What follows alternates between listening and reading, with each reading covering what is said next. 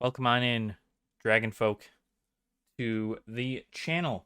So today, as you can probably tell by the title, I actually have a more side business-esque side to Magic the Gathering that I do. And I kind of wanted to go over the situation with everybody and kind of get people informed as to kind of the best way to do something like this. Um, all the supplies that I use, I will leave in the description down below if I can find links for them. And that way you guys can all get started doing that as well. But this is kind of an idea of how selling cards works on TCGPlayer. So I sell cards through TCGPlayer. I also have a messy desk, so that tends to be the case when you are a seller. So selling stuff on TCGPlayer is pretty straightforward. Although a lot of the supplies and stuff are not fully told to you, I do believe TCGPlayer has an actual guide as to how to properly, ship cards, how to properly put cards in the correct protection in order to ship them out, and then kind of go from there. So what I'm going to do today is I'm going to kind of go over a day in the life thing for Magic the Gathering and even the Yu-Gi-Oh that I sell, and kind of show what the process is. I'm only going to go over two kinds that I do, because the rest is all just going to be stuff that you're not going to need to see. And I won't disclose any kind of addresses or anything like that. Just wanted to give you guys an idea of how this works if you ever wanted to get started in it as well. So to kind of start it off, right, first, you need to know what cards you sell, right? I'll go into a different video based on like setting up your inventory and so on and so forth on TCGPlayer for the most part. And I'll probably go ahead at some point link it up. Where the hell is my hand? There it is. I'll hopefully put it right up there somewhere. But if I don't get around to it, just kind of hold out for the video, wait for it to happen. But once you have your inventory set up on TCGPlayer, people will be able to buy your cards. Now, you can set up your own shipping rates. My personal shipping rate is anything that I need an envelope for, or even something that might be a little more costly. I have 99-cent shipping. Even though with this, right, this is specifically for cards that if an order is $15 or more, I end up using this and I track the package. I put tracking on the package. Tracking is usually somewhere around $3.50 to almost $4, depending on where you're located. So tracking is not the 99-cent shipping that I use for just a plain white envelope, but if they're buying bigger priced items or they're buying more, I have no problem taking the hit. That's totally fine. But let me kind of go over the supplies that you're going to need for something like this, right? So you have your two size envelopes, right? I believe these envelopes are called, you know what, I have it right over here, number 6. Number 6 envelopes that I just buy from Amazon. They have a little peel thing here to, like, it's got a sticky thing on the side. You can just fold it over. You don't need to get that. This is just the bulk I found for pretty cheap. And this does the trick here. This is all you need. Pretty easy, straightforward. For just like, a few cards, right? Normally I kind of cut it right around, like, I don't know. If it's got any more than like 6 cards in an order, I don't use this. I end up using this instead, just because it's bigger and you're able to fit more stuff in there. Another thing that I don't have listed here is team bags. I'll put them in the description, but team bags are like bigger sleeves with a little like peel thing, and you can fold it over. If you've been part of a box break, you know what those are. I don't get those big orders though, like 20 plus cards in an order. So I haven't bought them yet. I do need to buy them though. So, if you're talking for supplying, or to get supplies, I highly suggest getting team bags. But other than team bags, you need something like this. These are penny sleeves. If you just look up penny sleeves, pretty much it, right? That's what you've got here, penny sleeves. They're really like flimsy-ish sleeves, but they're going to be protected. And they're really going to be protected by these top loaders. Top loaders, you'll see these a lot. Top loaders are a must. A must. You can use one of a couple things, right? There was this wonderful invention that I guess just came out recently called a shipping shield. I do not believe I have any, but shipping shields are fantastic alternatives for this. The unfortunate part is that shipping shields tend to be out of stock almost all the time. So shipping shields do not always seem to be the best option for you, but you know, it's going to be what it is, and that's totally fine. Just keep that in mind. Top loaders will always be the go-to thing. If I run out of top loaders, though, I do have this. This is a hobby armor. You can find this on Amazon as well. I'll put a link in the description. I don't know if I'm in love using this thing or not. I've never used it before, but this is like the poor man's ship, like top loader. Essentially what you can do is you take your card, right? Specifically for these, I'm just going to do a demonstration. You take your card, you put it in a sleeve. I put them in like so. And then you put this card in here, put this on top of it, and then you take painter's tape and you tape all around, like all around the edge to seal it. And then this you can put inside your envelope, which, believe it or not, I don't actually think fits in these envelopes. I'm a liar. Does that fit? It does, but it's not great. Definitely not the best choice, especially since I like to keep the thing. Oh well. You don't have to buy this. You can cut these down too. They don't have to be as large. That's probably what I would do, is I'd cut them down because they don't need to be crazy. But if you were doing this with top loader, right, how you would do it is exactly like this. You take this card. I like to do this, right, with this if you can. I like to kind of fold in the bottom of the penny sleeve. I like to then take the top loader, and then I like to put that in here. I'm trying to keep it all on camera, but like I don't often do that. I put that in here, and then you just gotta give it a little tappy. There it goes. And that is your card in a top loader, right? Now, you might think, okay, cool. This is all I need to do. We're at the end. Slap it in an envelope, right? Slap it in an envelope. Put the address and so on and so forth on the front, and then put a stamp on it, and you're good to go. Well, that's not correct. Don't do that ever. Don't do that ever. Don't do that ever. What I recommend doing, and there's two ways you can do this. It's all depending. Everybody's got their own style of way to ship stuff.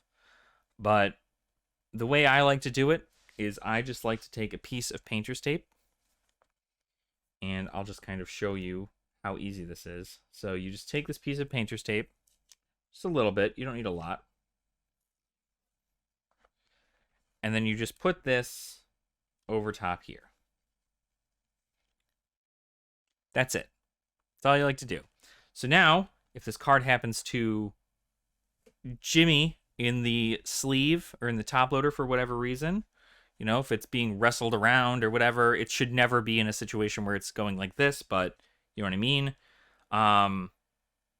It won't fall out, right? It won't slip out of the top loader. More importantly, whenever your customer gets this, right, they can just take off this painter's tape and the cool part about painter's tape is it doesn't leave a sticky residue, and it comes off easy, which means that you can just take this off. It comes off super easy, and it doesn't leave a residue on here, which means that you can either keep it in this top loader or you can reuse it if you're going to sell it for something, right? So once it is, we should have kept this here as a demonstration, right? So we keep this in here, right? And this is where it's going to be. Now what I do is I take our piece of paper. Now, for instance, this isn't something I'm actually selling. So what I'm going to do is I'm going to show you exactly what I would do if it were the order, right? You get a blank piece of paper here for you guys. There we go. So, blank piece of paper, right? The other way you can do this, for the record, is you can tear off a piece of blank paper and just fold that piece of paper over the top edge and then tape that piece of paper with painter's tape to it. It doesn't matter. I think it's protected this way and you save paper, but to each their own. This is an example of a shipping invoice, right? So I'm going to show you, hopefully with omitting the information. So give me a sec here while I make sure that this is the case. Oh my god. Oh my god. So this is what it would look like. For instance, this is what it would look like. I'm covering up the address and everything, and I will probably cut so I can move this thing. But you take this, which you can print out when you are when you're getting all your orders and stuff set up. You can print this out, and I like to include this in the envelope so that they know that they're getting it, and that way, in case for any reason I write the address wrong, it has it in here. So, because usually they'll have to, they can open it up and then see if there's an address printed on it inside, and then can send it out. So that way it keeps the address in here as well. So give me one sec and I'll get this out of the way. All right, so pretend that this is one of those shipping invoices. Essentially what I do is I take this card that's in its sleeve, or in its penny sleeve and a top loader, and then fold this over into thirds, kind of enveloping the card.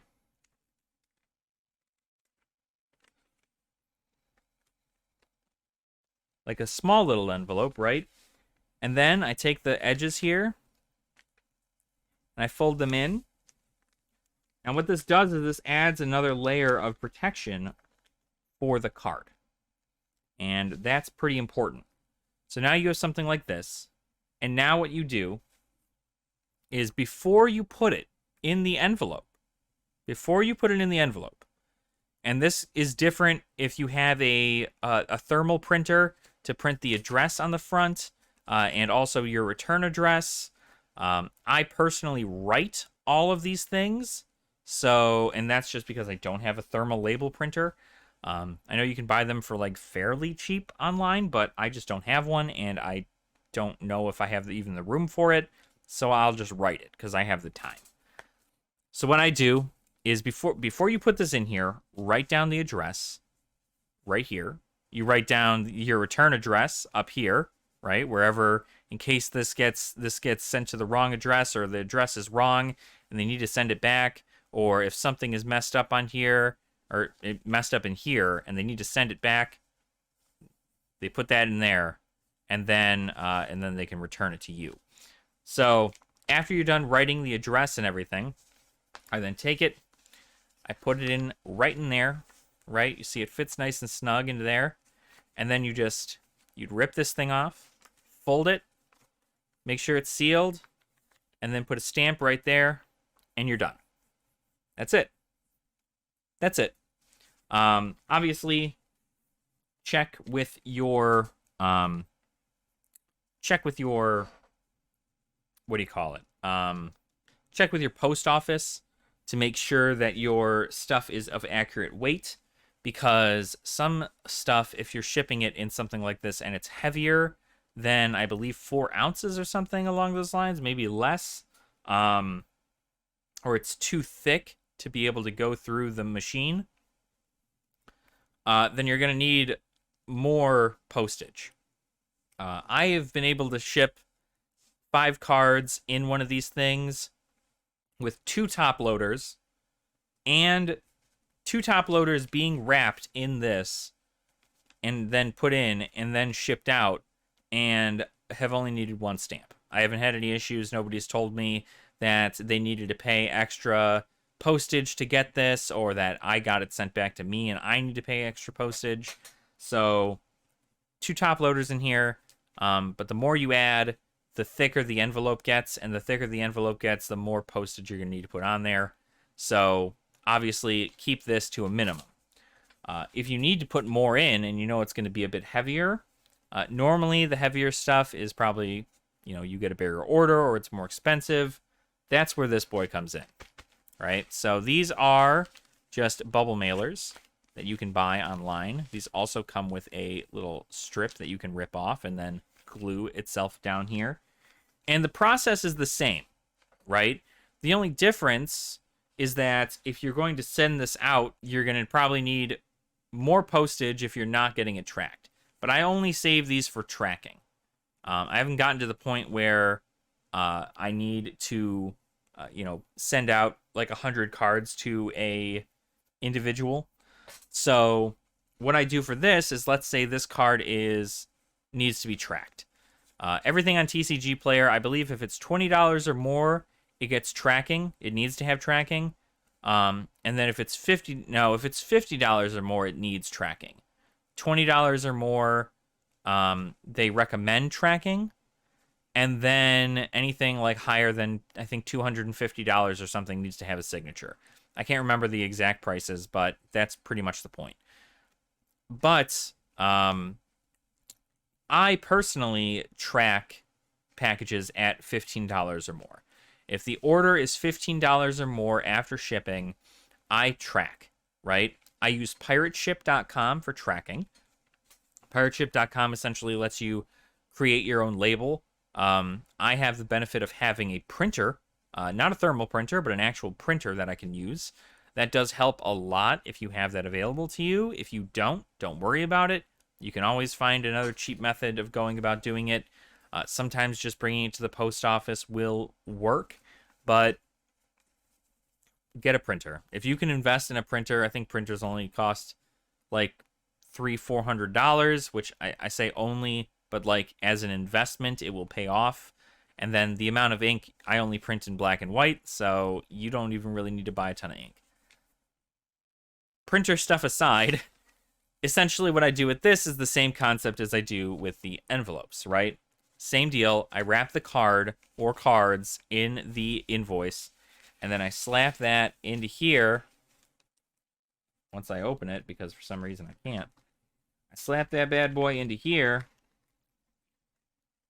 and then I rip this guy off, put it down, seal it, and instead of writing anything over here, normally, I'm using this as reference, you'll get a tracking label, right?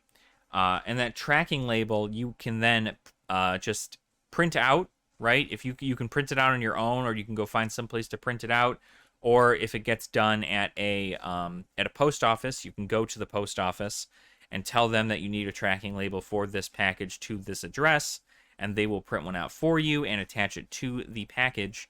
But my printing labels, I print them out by myself, or my shipping labels, I print them out by myself, and then I just cut them out. They're about yay big, right? So about the size of an envelope.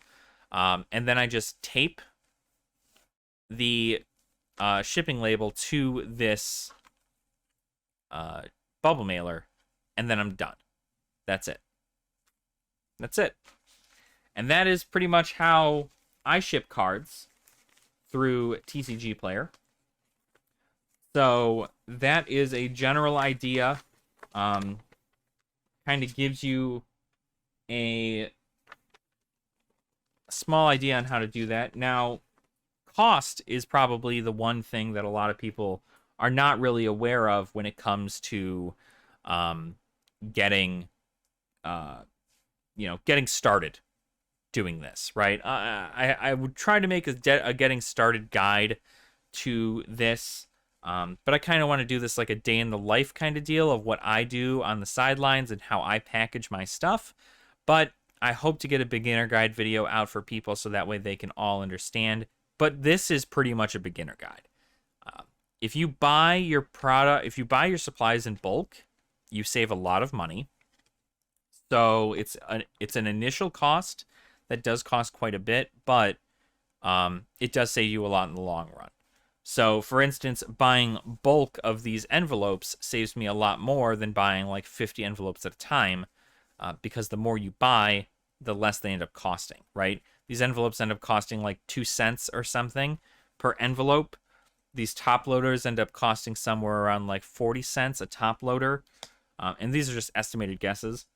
A roll of 100 stamps costs $58. So $58 US for 100 stamps. 100 stamps come in a roll. So that's 58 cents a stamp. That's just the basic forever stamp stuff. I know there are other means in which you can get stamps for cheaper usually, but I'm not savvy with that yet. I'd rather just pay the $58 to know that it's going to get where it needs to go and not have any issues. Then, of course, painter's tape. You only need to really get a roll of painter's tape. Not too bad. Then, of course, I get actual Scotch tape to tape that shipping label onto the bubble mailer. So, Scotch tape, I mean, what? $3? $2? I don't even know what they're selling it for these days. $2. Bubble mailers, same deal. If you buy them in bulk, you end up getting a deal where they're like, I don't know, like 10 cents a piece or something. Then the penny sleeves are also, you buy them in bulk. There's a lot of the links that I'll have down in the description will have their bulk listings. I'm sure you can buy them in even larger amounts of bulk, but this is kind of where I go with this. And yeah, then after everything is all said and done, you got them all set out and ready to go. This is my day-to-day. If I make a sale, I get it all set up at work because sometimes I'm just not doing anything at work. And I have the opportunity to get orders set up for to be sent out literally after I get out of work. I get out of work midday, and then I get to go right to the post office, drop it off before the mail carriers leave with all the outgoing mail, and then boom, right? Get to take that all out. So that is shipping. That's selling cards on TCGPlayer. A lot of it is very much so. I'm not gonna say it's basic and straightforward because it's not. A lot of it is making sure that you have an initial cost. Like I said, I have the great gift of having a printer. If you do not have a printer, you don't need to print out the invoices. But you will want to start printing out your tracking labels, your shipping labels, and that in and of itself is great. You can save yourself some time by getting a thermal printer to get labels for the addresses that you're sending it to, and you can even get a stamp, like an ink stamp that has your return address on it to just kind of make it so you're just going to put a label in the middle here, and then you're going to stamp up there, and boom, you're done. It's a lot better than having to write out every single thing, make sure that you're not misspelling anything. Then you got to write out your whole return address up here. I just don't have those things yet, so I'm not worried about it. But all in all, I'd say my general costs for shipping, I set my shipping at 99 cents on TCGPlayer, which I know is higher than most because most people tend to keep it at around 78 cents, which is the default. But I make it 99 strictly because it does take about $1 of supplies to send this out. And not even just $1 of supplies. There's the big thing that I'm not even talking about as far as supplies go, which is the TCGPlayer fee. There's a fee. I think it's roughly, I want to say it's anywhere between 15 and 20%. I can't remember. I think it's like anywhere between 15 and 18%, really, where they take a cut of what you sell, and that's like their fee for you using their site to sell on, right? And then after taxes, all that jazz, you're looking at about an additional like 42 cents extra on top of that. So just your top loader and the or really just your stamp and your top loader are already like almost 99 cents each. This isn't really 42 cents a piece if you buy them in bulk. They are quite expensive, but the shipping shields are significantly less. But same deal, right? This is 58 cents.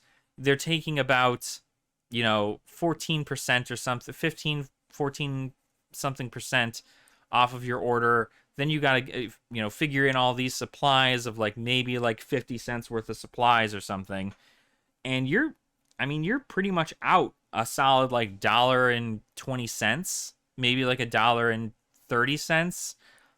And those prices are just going to continue to go up throughout the years due to inflation and all that stuff. So, buying in bulk is always the best idea because you do get it at a discount. But there is a big expense to it, right? There's a reason I don't sell any cards that are lower than 75 cents. And if a card is market priced at like 68 cents, I will list it at 75 cents. I don't believe I have a single card on my actual store that is below 75 cents, because at least 75 cents plus any of the shipping stuff, I'm still making like 50 cents, maybe a little bit more. And that adds up pretty quick. But for the most part, if it's not 75 cents or more, I don't sell it. If it's a 1 cent card, you will lose money selling that card for 1 cent, right? You're better off doing something like, getting yourself set up for a TCGPlayer Direct, which I'll go over in a different video. You can even buy list these cards to a different thing, which I, again, will also go over in a different video. We'll go over a different video on how to get bulk. But for right now, this is mainly how I ship stuff out. This is the process. And yeah, like I said, everybody's got a different way to do it. This is the best way. I've had nothing but good reviews on the way that I ship things and how quickly it gets shipped out and the good condition that they come in. So I'm very proud of what I do. I've had no complaints in regards to it.